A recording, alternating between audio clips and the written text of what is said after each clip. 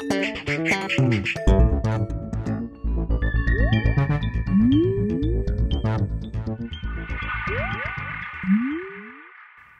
everyone and welcome to the Vortex where lies and falsehoods are trapped and exposed. I'm Michael Vorse. Every now and then we come across some of the stupidest claims you can imagine, and they would be totally laughable and dismissible if it weren't for the fact that they gain traction because of scholars and experts who bandy them about and write books and articles, pushing them in highly visible media outlets.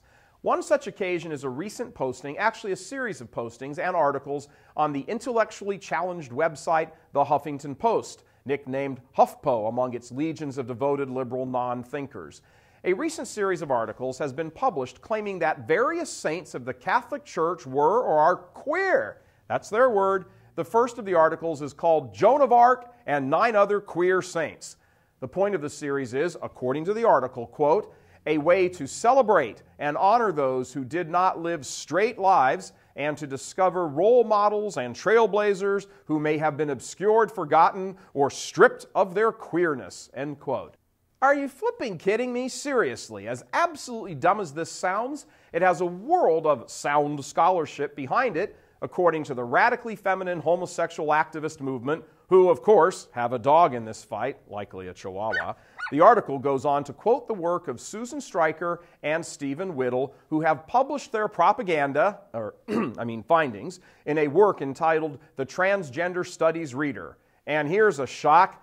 Susan Stryker is a lesbian, and Whittle is actually a woman who underwent surgery to change her outward appearance, sexual appearance, to that of a man, also mistakenly referred to as being transgendered. Mistaken because there is no such thing, but hey, we digress. So these two put together a publication and quote other people who agree with them and their findings, and they spread all of this because of the lesbian Stryker carries with her the cachet of having been a postdoctoral fellow at Stanford University. Ooh. So after that setup, what's their reasoning that Joan of Arc was out and proud and lesbian?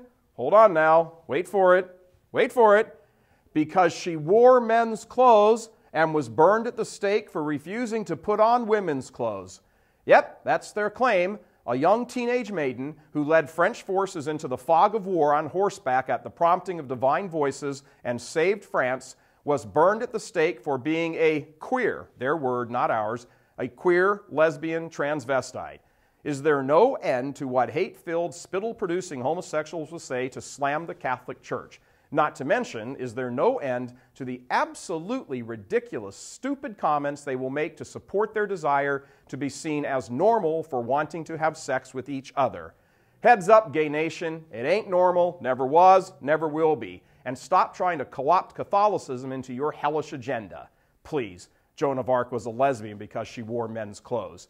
She wore men's battle gear because she was in battle. She was in battle because she heard divine voices that told her to go into battle.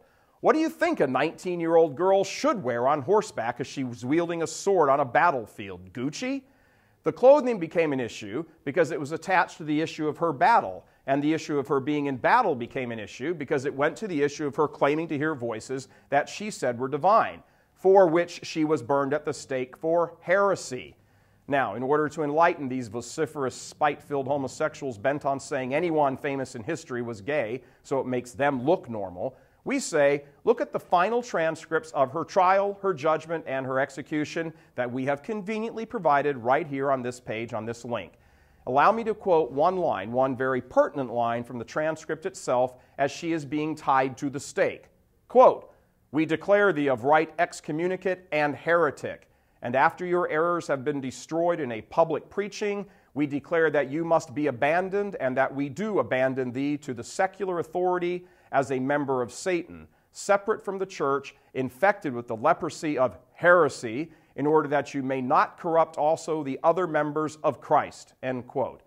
That is not a statement executing her for her deplorable taste in fashion, but for her heresy in claiming to hear voices. But this is standard fare for the homosexual movement. Make their twisted and perverse understanding of sexual morality seem normal by making up stuff about historical figures or combing through pages of history books looking for anything that might even remotely be twisted into proof that Leonardo da Vinci or Joan of Arc or whoever was gay. And the overall point they completely miss is this: even if, and they weren't, but even if these historical figures were attracted to the same sex, that doesn't mean they were having sexual relations with them or thought it was good and holy if they did. If they are in heaven, and in the case of Saint Joan of Arc, she is, it isn't because she was a transvestite or lesbian or whatever, but in spite of it. One would think that there probably are citizens of the heavenly kingdom who, while on earth, had to overcome same-sex attraction.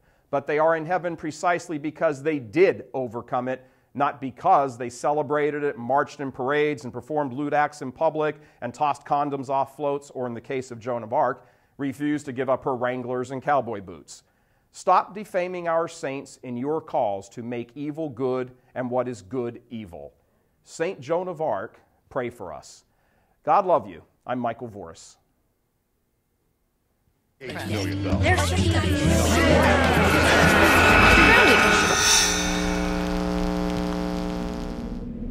How about getting real this Christmas? Do you know where you're going? A RealCatholicTV.com subscription is the perfect gift. It's also your home for hundreds of hours of programming as a premium member. And we have dozens of programs on DVD that make great Christmas gifts for your family, friends, and yourself. So this Christmas, come home to the Catholic Church and make RealCatholicTV.com your homepage. Merry Christmas from Real Catholic TV.